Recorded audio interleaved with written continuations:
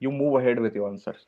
So if you are able to do this, then you can think कि ठीक है आपका progress हो रहा है, you आपका slowly progress हो रहा है उस direction में.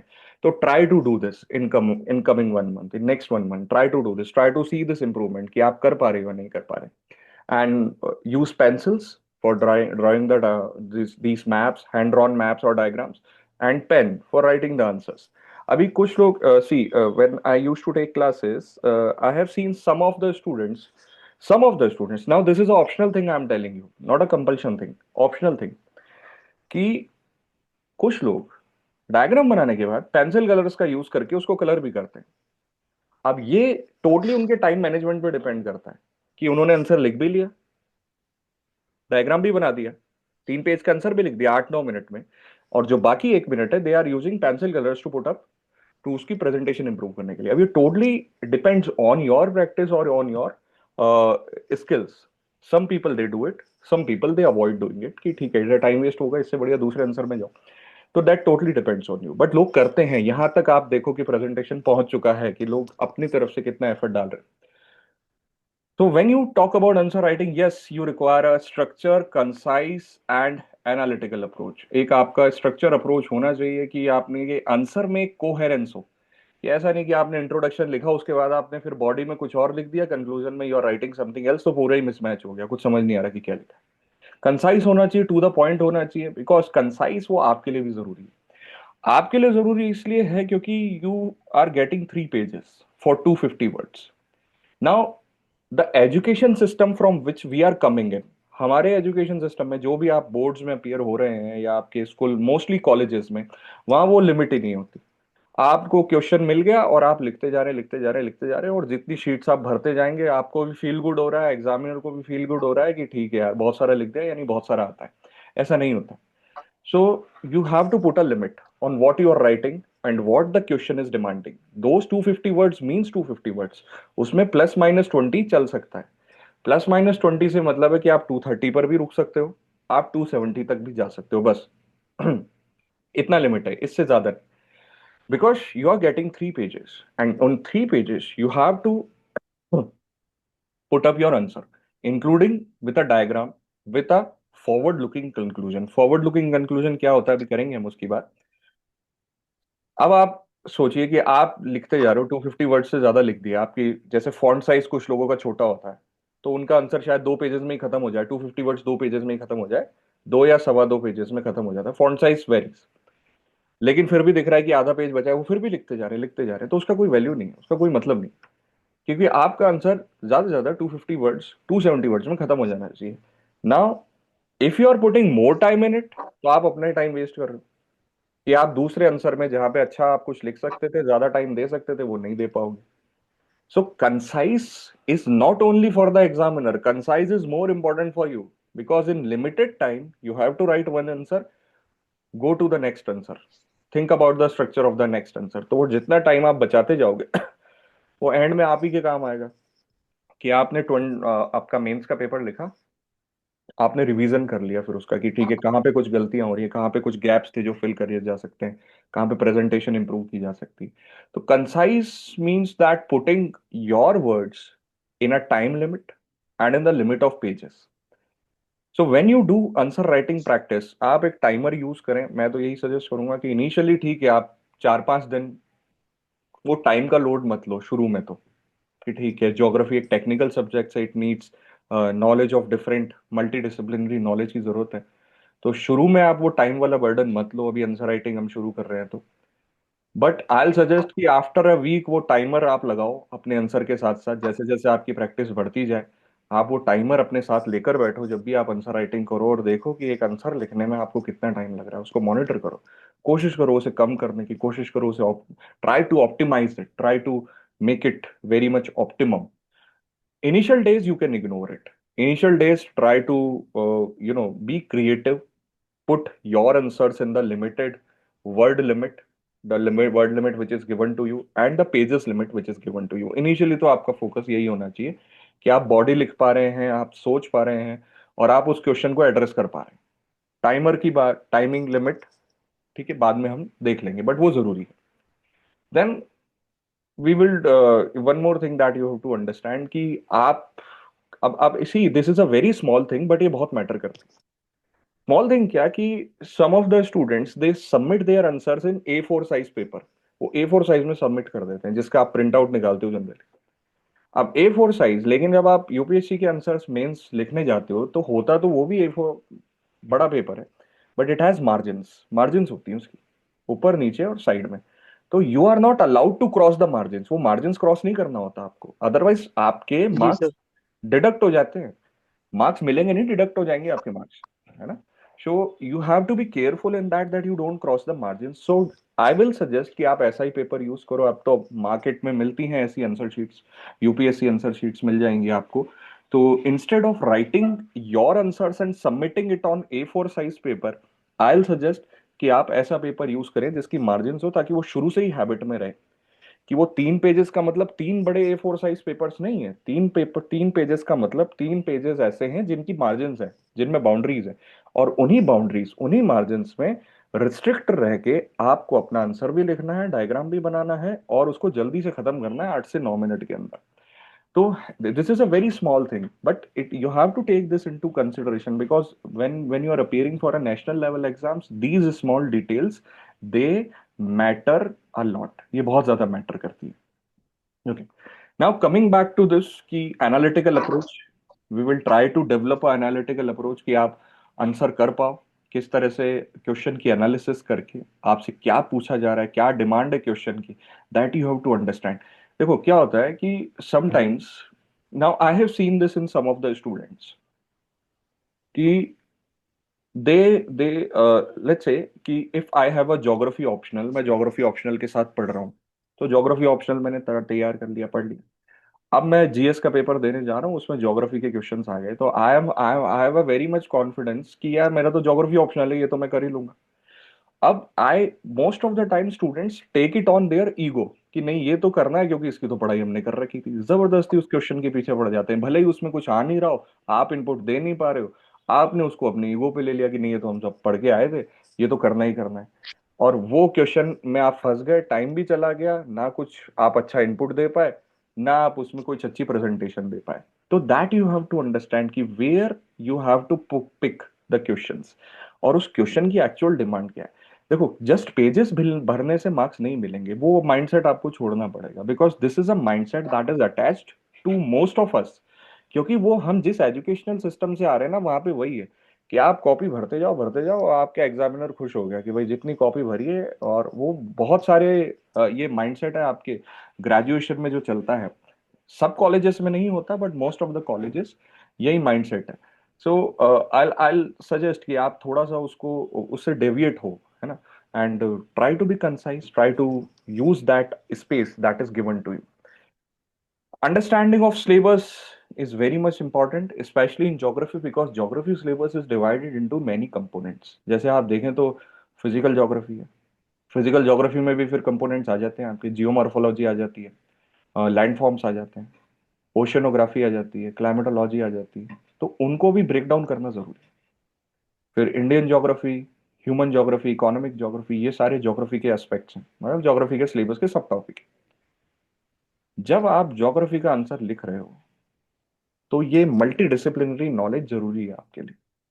जैसे मैंने आपसे पूछ लिया, चलो मान लो मैं आपको 250 वर्ड्स का एक क्वेश्चन देता हूँ, explain the mechanism of monsoon in India and what are the socio ecological implications of monsoon in Indian subcontinent. मैंने दो चीजें पूछी आपसे फॉर एग्जाम्पल, अभी नहीं कर रहे हम क्वेश्चन, मैं एग्जाम्पल की तरह बता रहा हूँ आपको, है ना।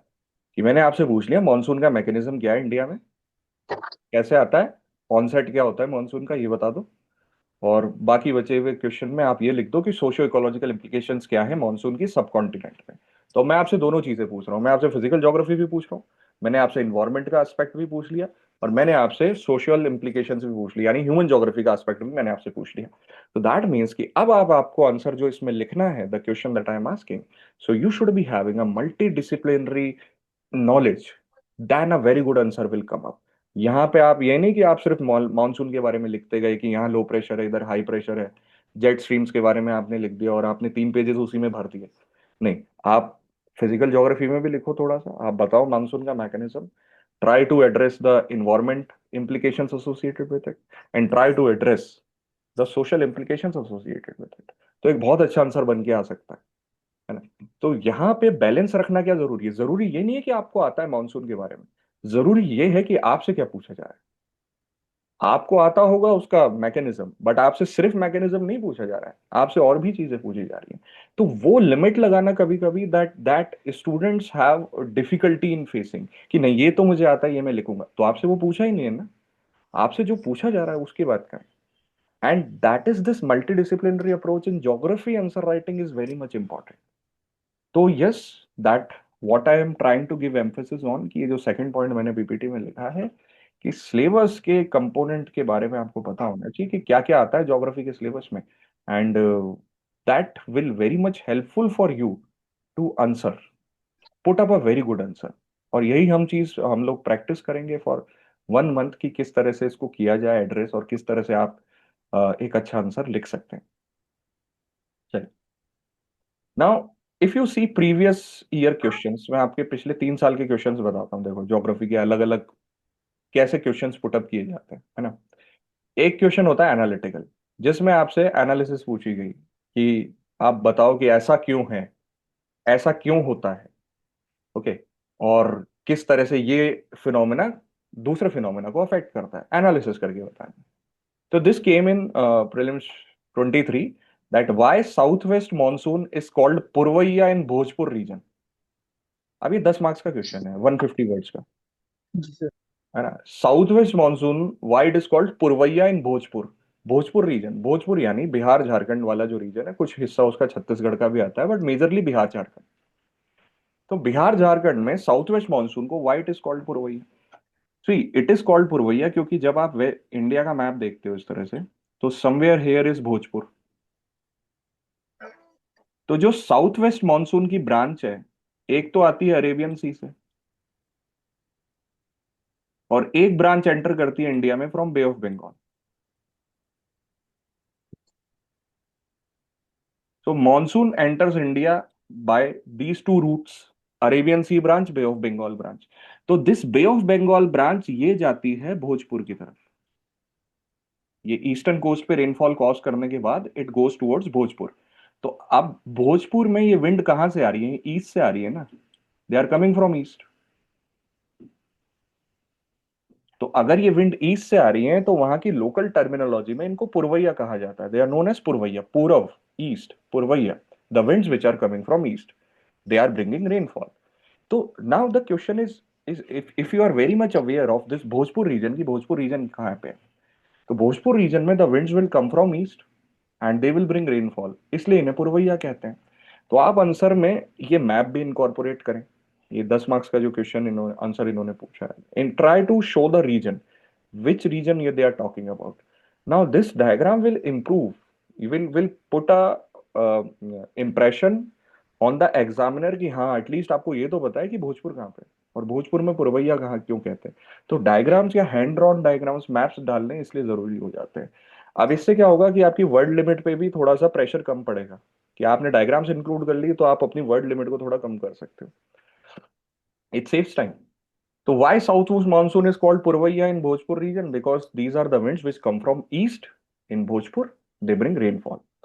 अब देखो इस क्वेश्चन में ये सेकंड क्या पूछ रहा है, ये टोटली एनालिसिस का गेम है इसमें। How has this directional wind system influence the cultural ethos of the region. अभी आपसे पूछ रहा है कि ये विंड जो आती है पुरवैया, इसने भोजपुर का कल्चर कैसे इफेक्ट किया है। Now if I am writing this answer, let's say I am appearing for mains, और मैंने ये एक्सप्लेन तो कर दिया कि भोजपुर में पुरवैया क्यों कहते हैं। अब सेकंड पार्ट ये पूछ रहा है कि भोजपुर में ये जो पुरवैया आती है, इसने कल्चर को कैसे अफेक्ट किया। अब मुझे नहीं पता कल्चर के बारे में कि भोजपुर का कल्चर क्या है, मैं क्या लिखूं इसमें। I am not from that region, I don't know how पुरवैया affects the culture at ethos in Bhojpur. See, this is a very general general answer they are asking. ये आप थोड़ा सा लॉजिक लगा के इसमें एक आंसर लिख सकते हो। देखो क्या है, पुरवैया brings rainfall. Now, if you see any state of India, any state, any region of India, monsoon वहां के कल्चर को अफेक्ट करता है। मॉनसून किसी भी स्टेट के कल्चर को कैसे अफेक्ट करता है? Harvesting festival, Pongal, harvesting. पोरंगल केरल, लोहरी पंजाब, बिहू असम, ये सब हार्वेस्टिंग फेस्टिवल है ना। ये क्या सेलिब्रेट करते हैं? ये सेलिब्रेट करते हैं कि जो आपका हार्वेस्ट है वो बहुत अच्छा हुआ है। हार्वेस्ट अच्छा क्यों हुआ है? क्योंकि रेनफॉल अच्छा हुआ है। इंडिया में monsoon agriculture rainfall okay. Dependent है। So one thing that you can put, now this is a general answer, you can very easily correlate that monsoon will shape up the harvesting practices and will influence the harvesting festivals of the region. Second, monsoon आपके state में क्या effect करता है? आप अपना logic लगा के लिखो, मानसून आपके स्टेट में इफेक्ट करता है क्रॉप पैटर्न, तो वो तो यहाँ भी करेगा ना। आप वो भी लिखो कि क्रॉप पैटर्न इफेक्ट करता है कि क्रॉप किस तरह से, कौन सा क्रॉप आप कब ग्रो करोगे। मानसून आपके स्टेट में क्या इफेक्ट करता है? क्लोथिंग, कौन सी क्लोथिंग आप वियर करते हो। इंडिया ट्रॉपिकल कंट्री है, तो यहाँ पे कौन सा क्रॉप आप या कौन सा जो टेक्सटाइल है आप प्रेफर करते हो? आप प्रेफर करते हो कॉटन। तो द क्लोथिंग पैटर्न किस तरह से लोगों का, कॉटन। हाँ, जो लोगों का पहनावा होगा वो अफेक्ट करेगा। And look at any state of India, आप किसी भी स्टेट को देख लो, what you will find that monsoon से रिलेटेड बहुत सारी स्टोरीज हैं, मॉनसून से रिलेटेड बहुत सारी पोयम्स हैं जो लिखी गई हैं। तो वो तो यहाँ भी लिखी गई हैं। तो 4 या 5 पॉइंट्स जो कि जनरल पॉइंट्स हैं, even if you don't know about the culture of Bhojpur, आप अपने स्टेट से कोरिलेट करके, अपने रीजन से कोरिलेट करके यहाँ पे लिख सकते हो। It will put up a very good answer in 2 pages and your word limit would be satisfied, the demand of the answers would be satisfied। तो एक तो क्वेश्चन होता है एनालिटिकल, जहां पे आपको थोड़ी एनालिसिस की जरूरत होती है। then look at this second question which was asked in last year prelims only, last year mains only, sorry, 2024 के मेंस में GS1 में यूपीएससी ने आपसे पूछा, what are aurora australis and aurora borealis, how are these triggered. ये क्या है? Aurora australis क्या है और ऑरोरा बोरियालिस क्या है? तो इसमें अब आपको डिस्क्राइब करना है फिनोमेनन। यहाँ पे ज्यादा एनालिसिस की ऐसी डिमांड नहीं है, but you have to describe. Aurora australis और ऑरोरा बोरियलिस क्या होती है हम करेंगे इसकी भी बात, बट अभी मैं आपको जस्ट एक ओवरव्यू दे देता हूँ। ऑरोरास का मतलब है lights, bright lights in the sky, bright lights in the sky. जैसे ये क्यों होती है? ठीक है, अर्थ, सन, ठीक है, सन से हमारी तरफ क्या आता है? इंसोलेशन आता है। Sun is the source of heat जी। And light. Okay, sun is the star in our galaxy, in our galaxy in which we are system. receiving, in our solar system, sorry, in from which we are receiving insolation। लेकिन सन के radiation के साथ साथ हमारी तरफ आती है solar wind. Solar wind, ये सोलर विंड क्या है? Solar wind highly charge particles है, प्लाज्मा पार्टिकल्स, प्लाज्मा। देखो, मैटर की 3 स्टेट्स होती हैं, लिक्विड, सॉलिड, गैस। मैटर की 4th स्टेट होती है प्लाज्मा। तो ये जो सन से सोलर विंड आती है हमारी तरफ, what are this? These are plasma particles, highly charged, और बहुत हाई टेम्परेचर होता है इनका। सन कॉन्स्टेंटली थ्रो करता है ये प्लाज्मा पार्टिकल्स अर्थ की तरफ। तो यू आर ऑन अर्थ। अब ये solar wind, if it reaches earth, ये अर्थ के टेम्परेचर को इंक्रीज कर सकती है, लेकिन ये अर्थ तक नहीं आ पाती। मतलब अर्थ की सरफेस तक नहीं आ पाती। क्यों? क्योंकि अर्थ का एक मैग्नेटिक फील्ड है। Earth has a magnetic field. Earth एक मैग्नेट के जैसा एक्ट करता है। तो अर्थ का मैग्नेटिक फील्ड इन सोलर विंड्स को रिपेल कर देता है, अर्थ तक नहीं आने देता। ओके, अर्थ तक नहीं आती, अर्थ तक आ जाएगी तो the temperature will increase. But these solar winds, अब इसमें जो चार्ज पार्टिकल्स हैं दे गेट स्टक, ये स्टक हो जाते हैं अर्थ के मैग्नेटिक फील्ड में। Okay, try to understand, these charge particles are coming from sun and these charge particles are repelled by earth's magnetic field.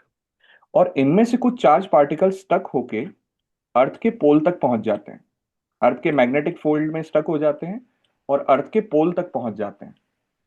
और यही चार्ज पार्टिकल्स लाइट प्रोड्यूस करते हैं अर्थ के पोल्स पे, बहुत ही ब्यूटीफुल लाइट्स होती हैं ये। इन्हें कहा जाता है Aurora, the bright lights in the sky. जब ये चार्ज पार्टिकल गैसेस के साथ इंटरेक्ट करते हैं ना, ब्लू, ग्रीन, ऑरेंज, येलो, अलग अलग कलर की लाइट्स प्रोड्यूस करते हैं, इन्हें ओरोरा कहा जाता है। तो यहां पे आपको डिस्क्राइब करना है कि ऑरोरास क्या होती हैं। तो आप बताएं सोलर विंड के बारे में, आप बताएं अर्थ के मैग्नेटिक फील्ड के बारे में, उनके इंटरेक्शन को समझाएं, और बताइए कि जब इनके इंटरेक्शन से लाइट्स प्रोड्यूस होंगी उन्हें ऑरोरा कहा जाता है। ऑरोरा ऑस्ट्रेलिस, ये साउथ पोल यानी एंटार्क्टिका में दिखने वाली ब्राइट लाइट्स हैं, साउथ पोल की लाइट्स हैं। और ऑरोरा बोरियलिस नॉर्थ पोल की हैं। ये फिनोमेना पोल्स पे ऑब्जर्व होता है ज्यादातर।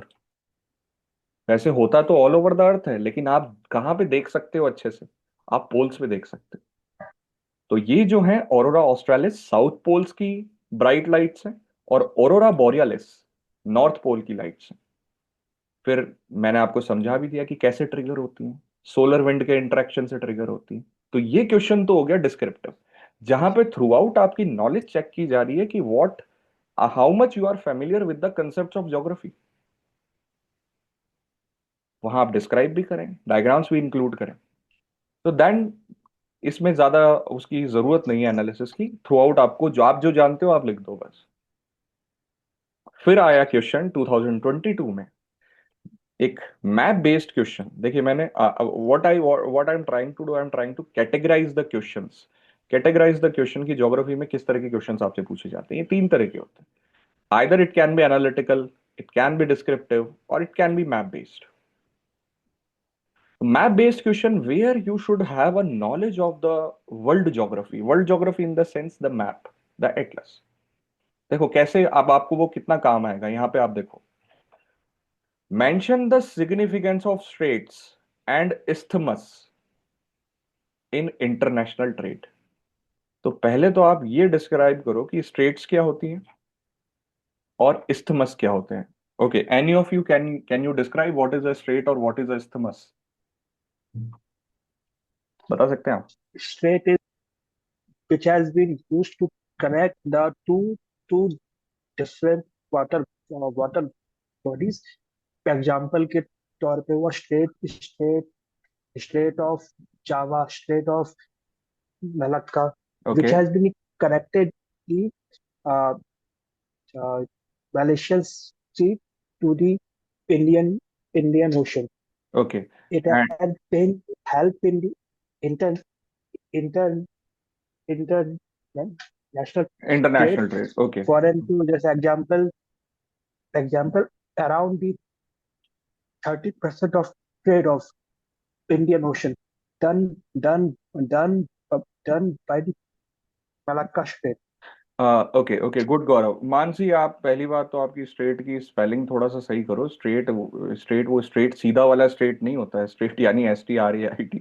स्पेलिंग वो मिस्टेक्स मत करा करो, है ना। मानसी, आप लिख रहे हो कि strait is a narrow path between land connecting two water bodies and isthmus is a broad strait. No, I don't think so, this ये डेफिनेशन करेक्ट नहीं है। Strait, yes it connects two water bodies, वो तो ठीक है आपकी बात कि strait it connects two water bodies. Okay. और जो इस्थमस होता है वो लैंड मासेस को कनेक्ट करता है। जी सर। इस्थुमस ऐसा नहीं है कि ब्रॉड स्ट्रेट होता है। जैसे पनामा इस्थुमस आप देखें, सेंट्रल अमेरिका और साउथ अमेरिका के बीच में, तो isthmus is a land mass which connects two bigger land masses. Isthmus is a landmass which connects two bigger land masses, and strait is a water body which connects two bigger water bodies. तो यहां पर आप definition तो दे दिया आपने, जैसे कि ठीक है, आप एक्सप्लेन कर रहे हो कि स्ट्रेट क्या है, इस्थिमस क्या है। तो आप इस आंसर को अप्रोच कैसे करोगे? Approach should be that you should describe what is a strait and what is a isthmus. The first definition should be like the start of the answer should be this, that what is a straight, what is a isthmus. Give examples like Gaurav is giving। ठीक ठीक है, आपने example दे दिए, वो भी बहुत अच्छी बात है कि आप एग्जांपल से समझा दो। नाउ एडिशनल पॉइंट इसमें क्या होगा, what if I am approaching this answer, मेरे मैं what I will try to do, I will try to draw a small map. अब चाहे वो मैं रीजनल मैप बना दूं या मैं एक छोटा सा वर्ल्ड मैप बना दूं। आप वर्ल्ड मैप भी 40 सेकेंड्स के अंदर बना सकते हो। बहुत सारी वीडियोस हैं यूट्यूब पे जो आपको दिखाते हैं कि how you can draw world map free hand world map in 40 seconds और 50 सेकेंड्स, ठीक है। It's not possible for me to teach you here, वरना मैं भी आपको बता देता कि फ्री हैंड से वर्ल्ड मैप कैसे बना सकते हो। आई ट्राई कि कुछ हो पाए वॉकॉम से, ये स्टिमुलस पेंसिल से, तो I try. But there are many videos, 40 seconds 50 seconds में वर्ल्ड मैप, इंडिया का मैप फ्री हैंड आप अपने आंसर में बना सकते हो। Try to learn that, try to practice that. तो if I am approaching this answer, मैं क्या करूंगा, मैं भी कोशिश करूंगा कि मैं अपनी तरफ से एक रीजनल मैप बना दूं, चाहे वो साउथ अमेरिका नॉर्थ अमेरिका के बीच में इस्थमस शो करना हो, या I will try to show Europe और अफ्रीका की उनके बीच में गिब्राल्टर स्ट्रेट मुझे शो करना है, बैबल मंडब स्ट्रेट शो करना है। तो ये, हम्म, इससे क्या होगा, एक एडिशनल पॉइंट आपकी तरफ से, एक वैल्यू एडिशन पॉइंट बहुत अच्छा आ जाएगा कि दो चीजें पता लग जाएगी एग्जामिनर को। First, you know the definition of strait and isthmus. Second, you know where the strait and isthmus are, where the major straits and isthmus of the world are. So that creates a very good impression on the mind of the examiner। वही चीज आपको करनी है। देखिए presentation बहुत matter करती है answer writing में। आंसर तो सब लिख देंगे, तो वहां पर जब आपने मैप बनाया और मैप में आपने शो कर दिया कि ये इस्थुमस है, ये स्ट्रेट है, और ये किसे सेपरेट कर रहा है, किसे डिवाइड कर रहा है, यहीं से आप अपने आंसर को कैरी फॉरवर्ड कर सकते हो। कैरी फॉरवर्ड कैसे कर सकते हो? Suppose I am showing Gibraltar straight. Gibraltar straight is between Europe and Africa, Morocco and Spain, Morocco और स्पेन के बीच में। तो वो मैंने शो कर दिया। अब आप अगर मोरक्को और स्पेन के बीच का डिफरेंस देखो ना, तो 18 माइल्स का डिफरेंस है बस। वो 18 माइल्स में कॉन्टिनेंट चेंज हो जाएगा आपका। Now imagine a group controlling this straight. अगर कोई गिब्राल्टर स्ट्रेट को कंट्रोल करता है, मान लो कोई रिबेल ग्रुप है, सिविल वॉर हो गया मोरक्को में या स्पेन में, वहां पे उन्होंने उसको कंट्रोल कर लिया, तो वो स्ट्रेट को आराम से कंट्रोल कर सकते हैं। इनवर्ड मूवमेंट और आउटवर्ड मूवमेंट जो शिप्स का होगा, वो उसे आराम से कंट्रोल कर सकता है वो ग्रुप, प्रेशर पॉइंट बना सकता है, वर्ल्ड पॉलिटिक्स में एक बहुत इंपॉर्टेंट रोल प्ले कर सकता है। सिमिलरली अगर आप बैबल मंडब स्ट्रेट देखो, बैबल मंडब स्ट्रेट यमन, एशिया, जुबोटी, हम्म, अफ्रीका, यमन और हम्म, जुबोटी के बीच में है। बहुत ही नैरो डिस्टेंस है। अभी अगर आप न्यूज़पेपर्स पढ़ रहे हैं, क्या चल रहा है यमन में, क्या चल रहा है सीरिया में, सिविल वॉर चल रहा है। यमन में हुटी रिबल्स, वो आए दिन क्या करते हैं, दे थ्रेटन कि यहां से कोई इसराइल का शिप जाएगा हम ब्लास्ट कर देंगे उसको, यूएस का शिप जाएगा हम ब्लास्ट कर देंगे। अभी आप पढ़ रहे होंगे न्यूज़पेपर में, किया भी उन्होंने लास्ट कुछ मंथ पहले। They have fired missiles on a ship which belongs to a Israeli company, वो पूरा शिप डिस्ट्रॉय कर दिया उन्होंने। Now that creates a pressure point कि यहां से कोई इसराइल का शिप हम नहीं जाने देंगे। They are controlling international trade, they are putting some pressure. तो ये तो आपका एक पॉइंट हो गया कि इस्थमस और जो स्ट्रेट्स होते हैं, they can act as a pressure point, they act as a strategic location, strategic locations. और आप एक वर्ड आप इसमें यूज कर सकते हो, चोक पॉइंट्स, कि किसी ने अगर इसको कंट्रोल कर लिया तो वो चोक कर सकता है, सफोकेट कर सकता है, यानी कंट्रोल कर सकता है वर्ल्ड ट्रेड को। Apart from that, then some other general points you can write. ये तो मैंने आपको एक अलग से पॉइंट बताया, बट जनरल पॉइंट्स आप लिख दो। General point straits and isthmus क्या है? They are a connector, they are pathways which connect one part of the world to another part of the world, so they play a very important role। जैसे आप Malacca strait देखो, Indian Ocean को Pacific Ocean से connect करती है। World का one of the busiest shipping route है Malacca strait, क्योंकि शिप्स ऑब्वियसली इंडियन ओशियन से पैसिफिक ओशियन जाएंगे, मलाका स्ट्रेट से ही जाएंगे। तो they provide a very important shipping route, they serve as a important shipping route, जहां पर आप का वर्ल्ड ट्रेड डिपेंड करता है, वर्ल्ड इकोनॉमी डिपेंड करती है। ये सारे पॉइंट्स आप इसमें मेंशन कर सकते हो। ये 10 मार्क्स का क्वेश्चन था, 150 वर्ड्स का, जहां पर आप वेरियस पॉइंट्स डालकर इस क्वेश्चन को कंक्लूड कर सकते हो। Now if you are aware about the recent happenings in world politics, वो भी आप अपने इस आंसर में डाल सकते हो। So the question which has been asked to you recently, अगर आप देखेंगे यूपीएससी आपसे क्या पूछ रही है, तो if you look at the previous 10 year paper, वो you can segregate the questions into 3 categories. या तो वो एनालिटिकल होंगे, या वो डिस्क्रिप्टिव होंगे, और either they are math based. But you answer any of these question, what you know, what you have to understand, what you have to understand कि वो मल्टी डिसिप्लिनरी नॉलेज आपके पास होना चाहिए। ज्योग्राफी में ये बहुत जरूरी है एक आंसर आंसर लिखने के लिए। किसी भी पोर्शन में आप थोड़े से आपने उसको इनकॉर्पोरेट नहीं किया, तो आंसर क्वालिटी आपकी थोड़ी सी कम हो जाएगी, अच्छी नहीं लगेगी पढ़ने में। Okay, any doubt till this point? No, sir. All clear. Anyone else? Any doubt till this point? No, sir. Okay.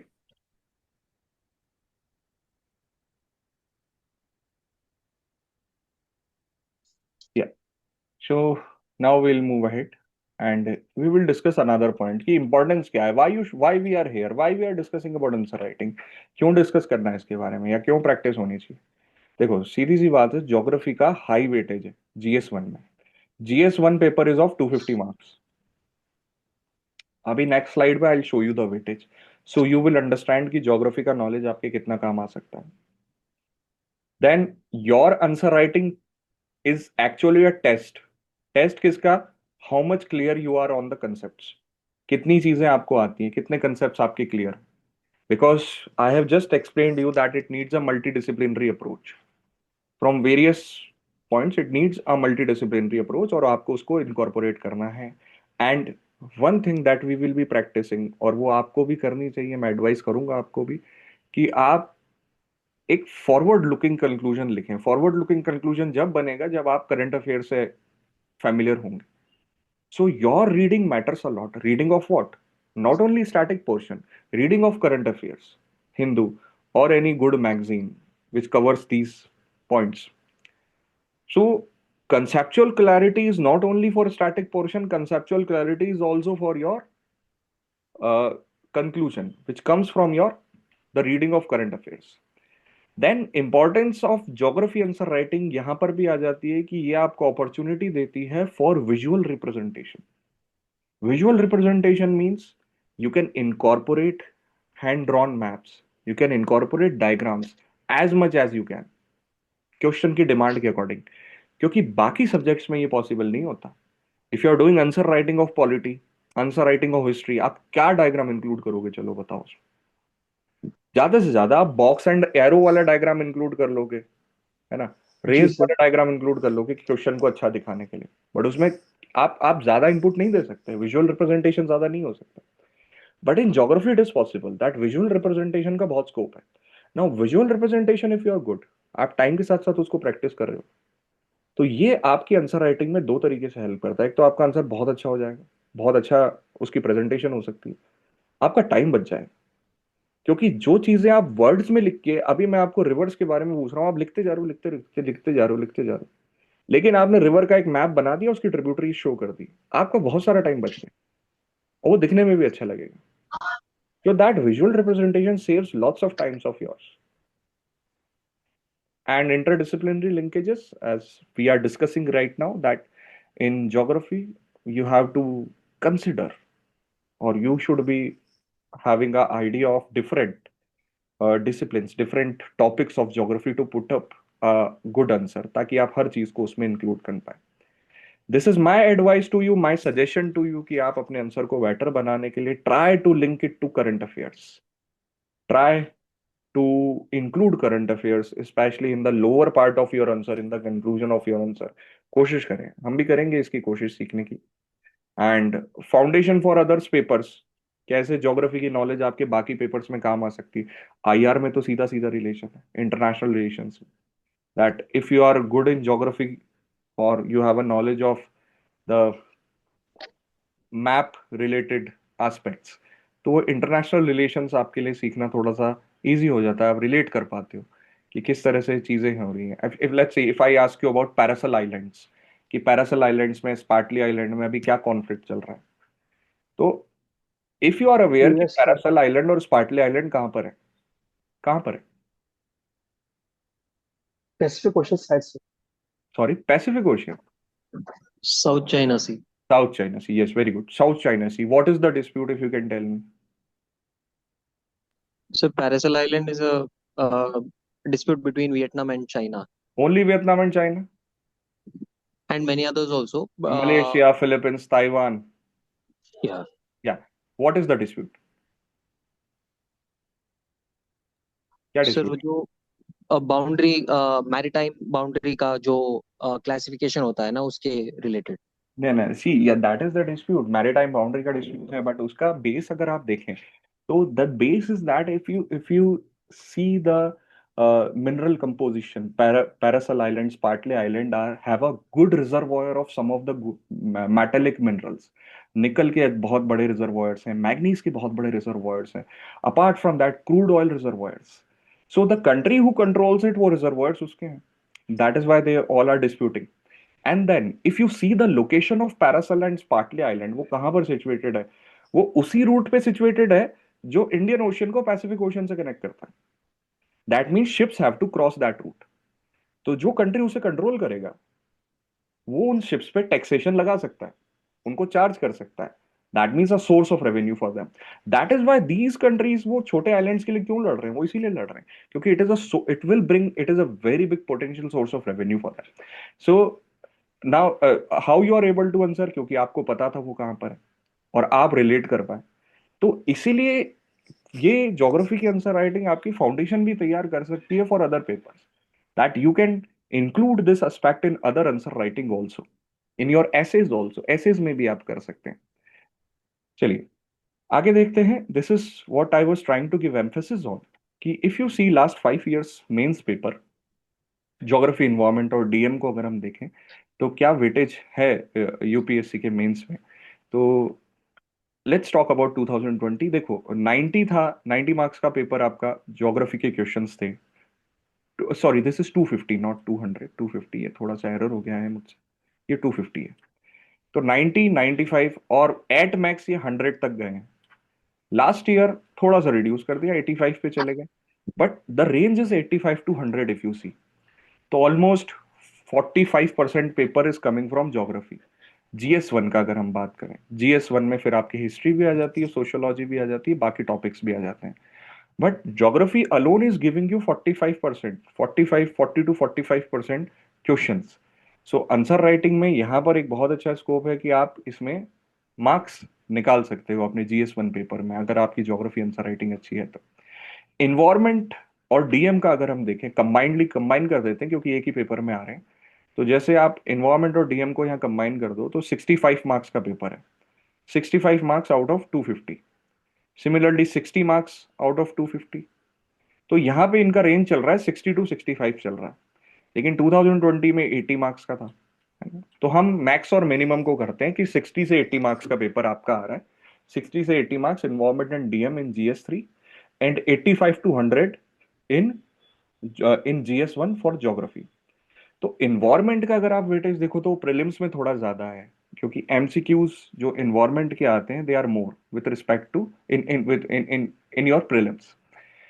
Environment के question if you have attempted answer writing, I am saying, ये सिर्फ और सिर्फ current affairs. इसमें static portion बहुत कम पूछती है यूपीएससी आपसे इन्वायरमेंट के आंसर्स में. अब उसकी तैयारी आप कैसे करो? देखो इन्वायरमेंट के आंसर्स हम करेंगे उसकी बात, लेकिन just I am giving you the overview. Environment के आंसर सीखने के लिए आपकी स्टैटिक नॉलेज बहुत अच्छी होनी चाहिए. You should know what is climate, मतलब क्लाइमेट चेंज का phenomena, national parks, wild life sanctuaries, ये मतलब static portion should be clear. UPSC इसको लिंक कर देती है आपके करंट अफेयर्स के साथ, सीधा सीधा वो करंट अफेयर्स से पूछती है. हम इन्वायरमेंट की आंसर राइटिंग की प्रैक्टिस कैसे करेंगे? I will be giving you some news articles जो अभी रिसेंट पब्लिश हुए हैं, 6 months से 1 year के गैप में last. You are suppose to read those articles. आप उसे पढ़कर आए, है ना? एक दिन पहले आपको वो आर्टिकल्स मिलेंगे, आप उसे पढ़कर आए अच्छे से, और उन्हीं के बेसिस पे आपको क्वेश्चन दिए जाएंगे. और आप कोशिश करें कि वो क्वेश्चन और आर्टिकल पढ़ के एक आंसर लिख पाए. आप फिल्टर आउट कर पाए इंफॉर्मेशन को उसमें से. एक दो हम ऐसा प्रैक्टिस करेंगे, लेकिन आपको आंसर राइटिंग फिर इसी बेसिस पे करनी पड़ेगी. क्योंकि if you that's what I am trying to say, that environment answer writing is mostly your current affairs. वो करंट अफेयर्स पे ही बेस्ड होते हैं और उसी में से आपको आंसर फिल्टर आउट करने आने चाहिए. Your newspaper reading, your magazine reading becomes very much important for your environment. Static portion एक लिमिट रहती है वहां पे. हाँ मानसी, कुछ कह रहे हो आप? You are saying something Mansi? Okay. DM ज्यादा वेटेज नहीं है. डीएम तो इवन आपके सिलेबस में भी नहीं था. यूपीएससी ने सिलेबस चेंज किया है 2013 में. 2013 में ही सिलेबस में आया है डिजास्टर मैनेजमेंट. उससे पहले तो वो सिलेबस में भी नहीं था. तो 2013 से ही डीएम का क्वेश्चन आने लगा है। And DM disaster management question is specifically for your mains. Prelims में नहीं आता इसका क्वेश्चन, आज तक नहीं आया। जब से सिलेबस चेंज हुआ है, जब से ये सिलेबस में आया है, इसका क्वेश्चन सिर्फ और सिर्फ मेंस में आता है। अब इसमें ट्रेंड देखो किस तरह से वेरी कर रहा है। अभी आप ये पिछले 3-4 साल का ट्रेंड देखो, 30 मार्क्स से लेके 10 मार्क्स, है ना, 10 मार्क्स। तो क्या होता है कि या तो ये आपसे एक ही क्वेश्चन पूछेंगे 10 मार्क्स का, ओके, या फिर दो क्वेश्चन पूछ लेंगे 15-15 मार्क्स के। इस तरह से वेरी करता है। तो डिजास्टर मैनेजमेंट, जैसे I have taken session also, वो डिजास्टर मैनेजमेंट के सेशन में how many of you were present in which the session that I took in February? आप में से कितने लोग थे उसमें? I was present, sir. Okay, so I am also present. Okay okay okay. Disaster management we will also practise, but disaster management में आपके questions कैसे आते हैं? डिजास्टर मैनेजमेंट में क्वेश्चन या तो आपका आएगा थ्योरी से, आपसे किसी कॉन्फ्रेंस के बारे में पूछ लिया, आपसे किसी प्लान के बारे में पूछ लिया, आपसे किसी फ्रेमवर्क के बारे में पूछ लिया, या फिर किसी डिजास्टर के बारे में पूछ लिया। जिस वो उसके चांसेस थोड़े ज्यादा हैं कि आपको एक डिजास्टर दे दिया, आपसे पूछा जा रहा है वो डिजास्टर क्या है, क्यों होता है, और what you can do for its disaster management. वो तीन चीजों में आपसे पूछते हैं, what is that disaster, why it happens, and what you can do. तो वो डिजास्टर स्पेसिफिक नॉलेज भी आपकी तभी अच्छी होगी जब आपकी ज्योग्राफी अच्छी होगी। अब मान लीजिए मैं आपसे क्लाउड बस्ट के बारे में पूछ रहा हूँ। क्लाउड बस्ट का क्वेश्चन आया 2024 में, 2022 दो बार आया है मेंस में, 2022 में भी आया है, 2024 में भी आया है cloud burst. Now I am asking you question, what is the phenomena of cloud burst and what you can do for the disaster management of cloud burst. तो आपको पहले जरूरी हो जाता है अपने डिजास्टर मैनेजमेंट के क्वेश्चन में एक्सप्लेन करना कि क्लाउड बस्ट है क्या। आप पहले ये तो समझाओ कि क्लाउड बस्ट है क्या, क्लाउड बस्ट क्यों होता है। क्लाउड बस्ट होता है जब एक्सिस में कंडेंसेशन हो जाए, cloud becomes too much saturated with the water vapour, cloud water vapour को कंट्रोल नहीं कर पाए और सडन रिलीज हो जाए वाटर वेपर का, सर हैवी रेनफॉल अकर हो। ये मोस्टली आपके हिली रीजन्स में होता है, प्लेन्स में भी हो सकता है, बट हिली रीजन्स ज्यादा वल्नरेबल होते हैं। अब इमेजिन कि क्लाउड बस्ट हो गया हिल के ऊपर, sudden amount of rainfall is occurring. तो वो सडन अमाउंट ऑफ रेनफॉल हो कहाँ रहा है, वो स्लोप पे हो रहा है, वो सारा पानी नीचे आएगा, heavy flood, wash out, devastation, यह अकर होगा। तो ये चीज आप समझाएं पहले डायग्राम की हेल्प से और अपने ज्योग्राफिकल कंसेप्ट की हेल्प से, उसके बाद आप बात करें कि आप कर क्या सकते हैं। डिजास्टर मैनेजमेंट का पार्ट तो बाद में आएगा, पहले तो ज्योग्राफी ही पूछी जा रही है इसमें भी आपसे। So that is what you have to understand, that the geography will be helpful in developing the foundation for other papers, चाहे वो इन्वायरमेंट हो, डीएम हो, या बाकी और कोई पेपर्स हो आपके। वेटेज सिग्निफिकेंट है जैसा कि आप देख सकते हो। तो that should not be taken lightly कि ज्योग्राफी या इन्वायरमेंट के सेक्शन को आप लाइटली ले रहे हैं और उसकी आंसर राइटिंग की प्रैक्टिस ना करके आपने ज़्यादा टाइम इन्वेस्ट नहीं किया, तो वो थोड़ा सही नहीं रहेगा आपके मेंस के अप्रोच के लिए। तो that is what we are doing here, we are trying to develop a foundation of yours and कि आप उसकी प्रैक्टिस कर पाए।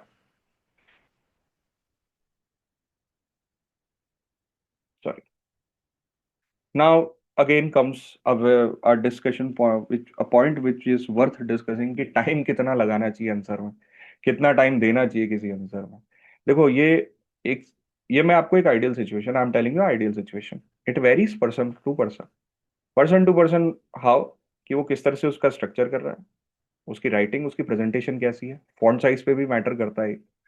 बट आइडियल सिचुएशन क्या हो, अभी आप क्वेश्चन पेपर का ब्रेक डाउन करो।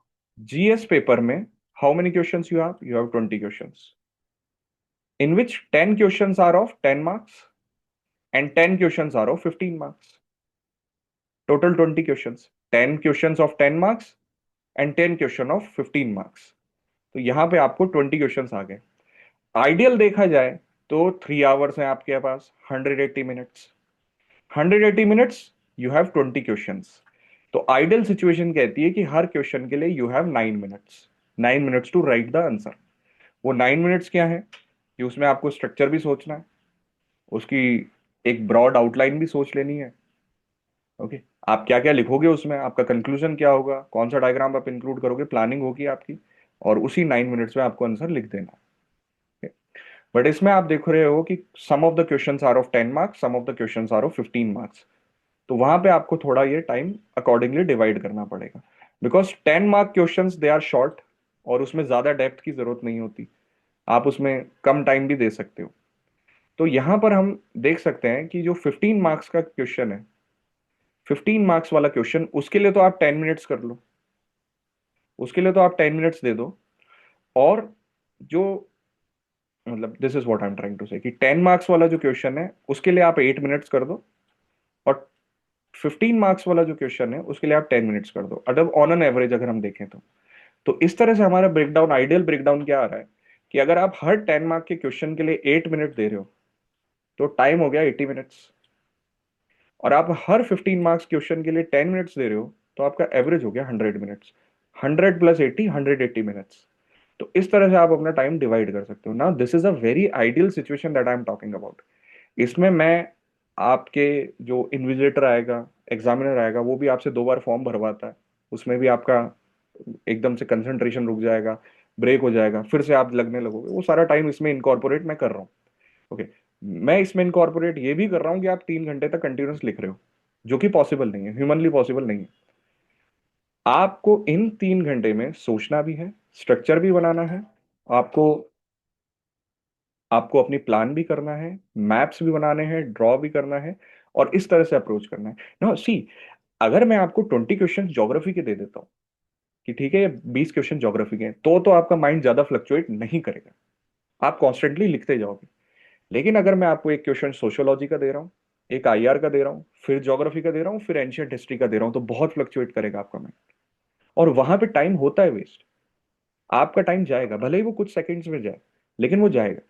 तो वहां पे when I am saying 180 minutes, this is a ideal situation I am explaining.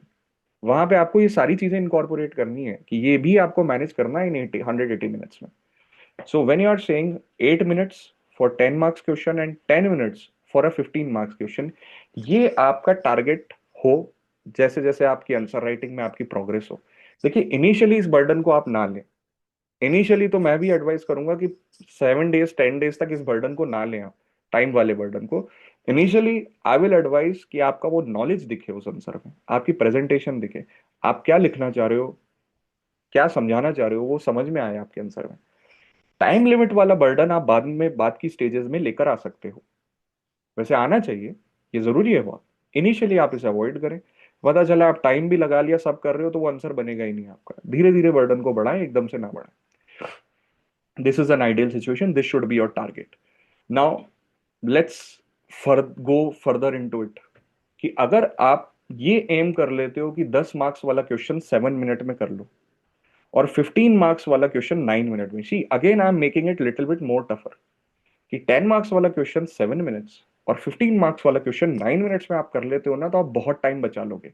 ये टाइम आपका इनकम्प्लीट आंसर्स को पूरा करने में होगा, डायग्राम्स को ऐड करने में यूज हो सकता है, आपके रिवीजन में काम आ सकता है जैसे ही आपका पेपर खत्म हो। एक हैंडी टाइम 5 to 10 मिनट्स का, चलिए 5 मिनट्स का भी मान लें, तो बहुत बहुत ये आपके वैल्यू एडिशन में काम आ सकता है। So this is what you should B targeting, कि इनिशियल तो ये है, बट आपका टारगेट होना चाहिए वो, कि आप फर्दर परफेक्शन पे जाएं, जितना कम से कम ऑप्टिमम टाइम में एक अच्छा आंसर आप लिख सकें। वही क्वालिटी होती है एक आंसर राइटिंग की। देखो, आप मेंस लिख रहे हो, you are appearing for mains, you have done really hard work, you are very good in answer writing. आप लिखने गए मेंस, 20 क्वेश्चन आए, आप उसमें से अटेम्प्ट कर कर आए हो 16 क्वेश्चन, तो वहां पर आपके मार्क्स आने के चांसेस आप ही ने कम कर लिए, ड्रास्टिकली कम कर लिए, क्योंकि आप 4 क्वेश्चंस छोड़कर आ गए हो सकता है कि बाकी लोग 18 या 19 क्वेश्चंस करके आ गए, तो नेचुरली उनके मार्क्स आने के चांसेस आपसे ज्यादा है। यहाँ पे मैं सोच रहा हूँ कि आप दोनों सेम आंसर लिख के आ रहे हो, ज्यादा वेरिएशन नहीं। आपने लिखा 16, किसी और ने लिख दिया 18, तो वहां पर 18 वाले के मार्क्स आने के चांसेस थोड़े ज्यादा हो जाएंगे। यहाँ पे वेरिएशन आ जाता है, यहीं पे डिफरेंस आ जाता है। तो आई विल सजेस्ट कि आप जितना हो सके ज्यादा से ज्यादा अटेम्प्ट करें, और अच्छी क्वांटिटी और quality both matters here. See one, there is a very good slogan I have read somewhere, एक ब्लॉग था, a person who got selected into civil services. He has written a article. So he has written a very good word कि mains को मैंने कैसे approach किया. उसका second attempt था and second attempt ही cleared. So he has written a very good word. वो बहुत अच्छा लगा मुझे. ही सेड कि when I was appearing for the mains, that I had one mindset in my answer writing कि I have one sword. मेरे पास एक ही sword है, यानी मेरा pen. I have one sword and I have 20 enemies. यानी ये 20 question, these are my enemies and I have one sword. तो वो 20 enemies को मेरे को खत्म करना है उस एक sword से. तो मैं यही सोच के जाता था कि वो 20 के 20 अटेम्प्ट करके आऊंगा, और मैं 20 के 20 अटेम्प्ट करके आता था. डिफिकल्ट था, बट मैंने ऐसे ही प्रैक्टिस किया. And this is why I was able to get good marks in GS. ये मेरे सिलेक्शन में बहुत हेल्पफुल रहा. तो देखिए, ये जो मैं सिचुएशन आपको बता रहा हूँ, फिर से मैं कह रहा हूँ कि ये आइडियल सिचुएशन है. प्रैक्टिकली इसको अचीव करना थोड़ा डिफिकल्ट है, लेकिन जितना आप प्रैक्टिस करोगे, जितना आप हार्डवर्क करोगे, ये हो सकता है. ये इम्पॉसिबल नहीं है, लोग करते हैं. और ये चीज आपके मार्क्स को इंप्रूव करने में बहुत हेल्पफुल होगी. Quantity, quality, your presentation, your structure. Initially difficulty आ सकती है, but with time it can be good. चलिए, अभी यहां तक any doubt if you have. अभी आज हम इंट्रोडक्शन तक ही लिमिट रह गए. कुछ क्वेश्चंस हम आई हैड पुट अप, वो हम प्रैक्टिस नहीं कर पाए. But tomorrow we will take those questions. वहां से हम आंसर राइटिंग की शुरुआत कर सकते हैं कल से ही. बट टुडे जो हमने इंट्रोडक्शन किया, इसमें आज अब देखिए, आप चैट्स पे लिखते हो, मुझे चैट्स पे जाने में कभी कभी डिफिकल्ट हो जाता है, तो आप पूछ सकते हैं directly. High chance of pen slide, क्या लिख रहे हो मानसी? मैं I didn't understand. High chance of landslide, okay. या anything that you want to ask. कोई भी आपका पॉइंट हो अभी जो हम बात जिस पे कर सकते हैं. Sir hello. हाँ उत्कर्ष, बोलिए प्लीज. या सो द थिंग इज कि क्लास कैसे प्रोसीड करेगा सर, मतलब that I had a doubt कि मतलब हाउ मेनी आवर्स ड्यूरेशन का क्लास होगा class end would be what of will be 1 the. hour duration. Today I had put up some questions for your practice, जहाँ पे हमने universe और इनके questions कुछ रखे थे प्रैक्टिस के लिए. बट अभी क्योंकि इंट्रोडक्शन में we spend too much time, तो वो क्वेश्चंस डिस्कशन करने के लिए हमारे पास टाइम बचा नहीं. क्वेश्चन आइडियली हमारी आंसर राइटिंग की प्रैक्टिस कैसे होगी? आंसर राइटिंग की प्रैक्टिस इस तरह से होगी, on daily basis we will be taking up 2 questions of 15 marks, 2 questions of 10 marks, 2 250 words and 2 150 words question. जहां पे एक question I will be describing you कि आप इसको कैसे अप्रोच करें, और एक क्वेश्चन आपको होमवर्क की तरह दिया जाएगा. जहां पर मतलब टोटली 2 क्वेश्चंस मिलेंगे आपको होमवर्क के लिए, 2 या 3 क्वेश्चंस डेली बेसिस पे मिलेंगे. जहां पर अब आप पे डिपेंड करता है कि आप चाहे तो सेम डे सबमिट कर सकते हैं. देवराज सर जो आपको मेल आईडी देंगे, उस पे question would be checked and would be send back to you with the feedback कि कहाँ पे आपको इंप्रूवमेंट की जरूरत है, कहाँ पे आपने कुछ अच्छा लिखा, या कहाँ पर आप और इसको बेटर बना सकते थे. Line by line, paragraph by paragraph input would be given to you, the feedback would be given to you. कुछ क्वेश्चंस होंगे, क्योंकि यहाँ पर कुछ स्टूडेंट्स ऐसे भी हैं जो ज्योग्राफी के बिल्कुल बेसिक से शुरुआत कर रहे हैं. तो क्वेश्चन के साथ साथ वहां पर उनको बेसिक्स कंसेप्ट बताकर ये भी सिखाया जाएगा कि आप इस आंसर को कैसे आगे फॉरवर्ड कर सकते हैं, कैसे लिख सकते हैं. तो मोर और लेस यही अप्रोच रहेगी ज्योग्राफी के लिए. इन्वायरमेंट के लिए जैसा मैंने आपको बताया, हमारा टोटली अप्रोच जो होगा वो हमारे न्यूज आर्टिकल्स पे होगा, जहां पे आपको एक दिन पहले न्यूज आर्टिकल्स दिए जाएंगे, और आई विल वहां आपसे एक्सपेक्ट किया जाएगा कि आप उसे पढ़कर आएं, अच्छे से उसको गो थ्रू करें, और उसी बेसिस पे आपको नेक्स्ट डे क्वेश्चन दिए जाएंगे, या उनको डिस्कस किया जाएगा कि इन क्वेश्चंस में से आप गिवन आर्टिकल्स में से क्या इंफॉर्मेशन फिल्टर आउट कर सकते हो, और उस इंफॉर्मेशन का यूज करके आप आंसर राइटिंग कैसे कर सकते हो. More less the approach would be like this. So in 1 hour concept पढ़ा के एक आंसर डिस्कस करेंगे. Not take answer. We will try to go for 2 or 3 answers. Okay okay. 2 or 3 and answers. Sir मतलब मुझे कुछ पढ़ के आना होगा on that topic like universe बिल्कुल और. बिल्कुल बिल्कुल. आप अगर आप ऐसा करते हैं तो बहुत अच्छी बात है. अगर आप सभी लोग ऐसा करते हैं, देवराज सर ने कुछ प्लान शेयर किया होगा आपके ग्रुप पे. Yes the schedule. तो उसमें अगर आप देखें तो मैंने सब टॉपिक्स डाले हैं. यस. तो it would be very good for us कि हमारा सेशन थोड़ा इंटरेक्टिव हो सकता है अगर आप ऐसा पढ़ के आते हैं तो. मानसी, आपको मिल जाएगा. आपने थोड़ा लेट ज्वाइन किया था मानसी, शायद, है ना? तो आपको मिल जाएगा, वो शेड्यूल है. I last Devraj sir to post it again. वैसे आज हमारे उस शेड्यूल में प्लान था कि हम यूनिवर्स और बिग बैंग थ्योरी और लैटिट्यूड के कुछ क्वेश्चंस डिस्कस करते, but considering the time limit वो हो नहीं पाया, वो कल कर लेंगे। बट आई एडवाइस दिस, ये ऐसा हो जाए तो हम हमारे शेड्यूल को भी आगे बढ़ा सकते हैं। वो सिलेबस कंप्लीट करने के लिए 30 डेज की जगह हम 30 to 34 डेज तक भी जा सकते हैं, ऐसा कोई लोड नहीं। Okay, any other doubt of yours?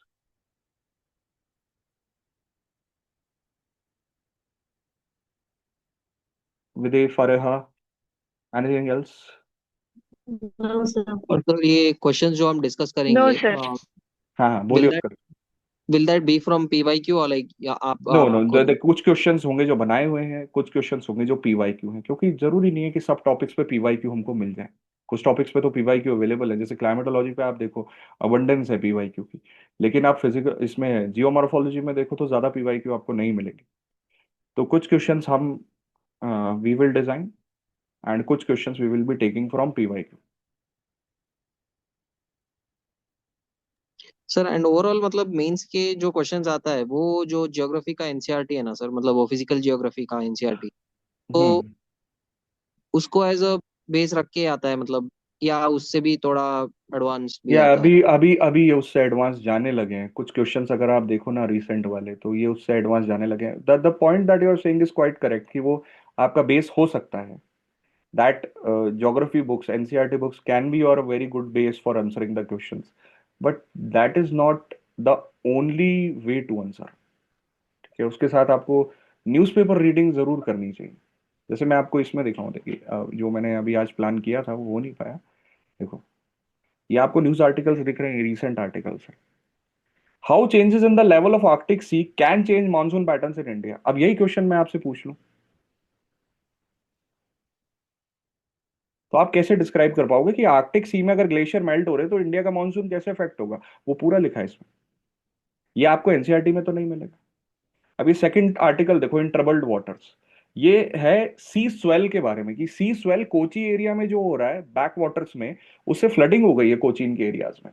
अब मैं आपसे पूछ लूं कि सी स्वेल का फिनोमेना क्या होता है और ये कैसे ट्रबल क्रिएट कर रहा है केरल के कोस्टल एरियाज में, तो वो एनसीईआरटीज में नहीं होगा ना। एनसीईआरटीज में आपकी स्टैटिक इंफॉर्मेशन होगी, बट ये आर्टिकल्स बहुत वैल्यूबल हो सकते हैं आपकी नॉलेज इंक्रीज करने में और फर्दर वैल्यू एडिशन में आपके आंसर्स में। तो इस तरह के आर्टिकल्स को हम इनकॉर्पोरेट करने की कोशिश करेंगे हमारे आंसर राइटिंग में। आपका पॉइंट उत्कर्ष एक हद तक सही है कि ज्योग्राफी के लिए वो एक बेस हो सकता है, बट सिर्फ वही नहीं हो सकता, उसके लिए साथ आपको थोड़ा सा एक्स्ट्रा स्टेप लेना पड़ेगा। And all of that will be covered right, all of मतलब that would be covered, yes yes yes, every single thing would be covered. Current affairs के आर्टिकल्स भी हम पढ़ेंगे, ज्योग्राफी के पढ़ेंगे, हम बिल्कुल पढ़ेंगे। और सर मतलब ये फिजिकल ज्योग्राफी में कुछ some questions they ask like auroras and all of that, उस टाइप ऑफ क्वेश्चंस के लिए? सब करेंगे हम। आपका अगर कोई सेपरेट डाउट होगा ना, जैसे कि आपको कोई पॉइंट समझ में नहीं आ रहा, तो आप सेपरेटली पूछ भी सकते हो। आप पूछ सकते हो, जैसे ऑरोरा का फिनोमेना नहीं आ रहा, या कुछ लोग हैं जिनको ये मैग्नेटिक फील्ड का आइडिया नहीं है कि अर्थ में मैग्नेटिक फील्ड कैसे प्रोड्यूस होता है। Will be covering all that. Okay, okay sir. Anything else?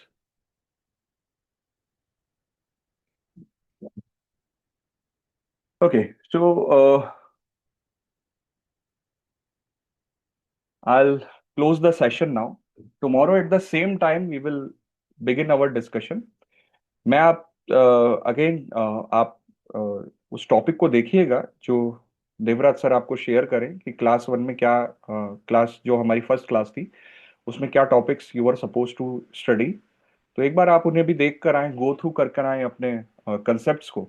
तो इससे क्या होगा कि आपका ज्योग्राफी का भी रिवीजन होता जाएगा साइड बाय साइड, और हम आंसर राइटिंग एक बेटर वे में कर पाएंगे। चलिए, so should I stop the session now और any other doubt you have?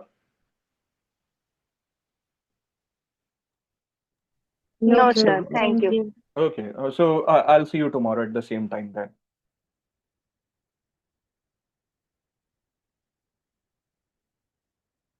Okay then. Goodbye. Have a nice day.